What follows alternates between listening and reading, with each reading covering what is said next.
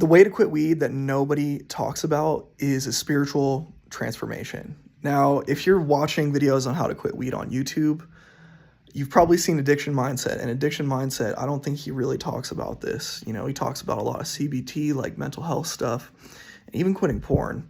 But what I want to tell you is a way that has saved people from addiction for nearly 100 years that doesn't really get talked about in these how to quit weed smoking videos.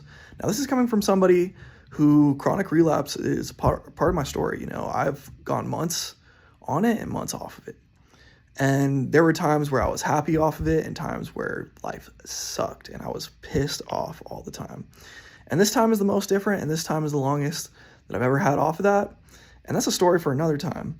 But the method that I want to tell you guys about people not really talking about this is a 12-step community.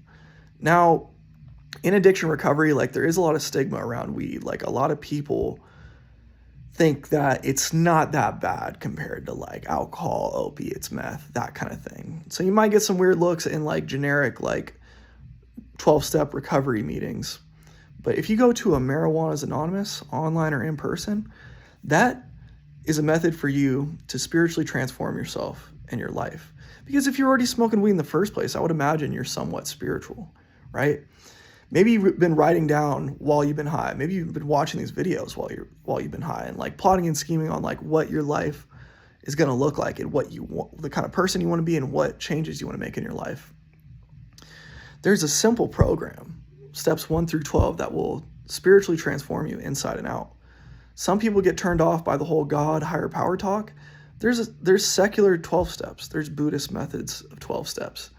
So if you've tried to quit weed and haven't had much success, I'm here to tell you, you haven't tried everything. And this is a method that isn't talked about that much here on YouTube, okay? Give it a shot, and if that doesn't work for you, don't stop, because you can never say that you've tried everything. Retain hope. You got this. Take care of yourself. I love you guys.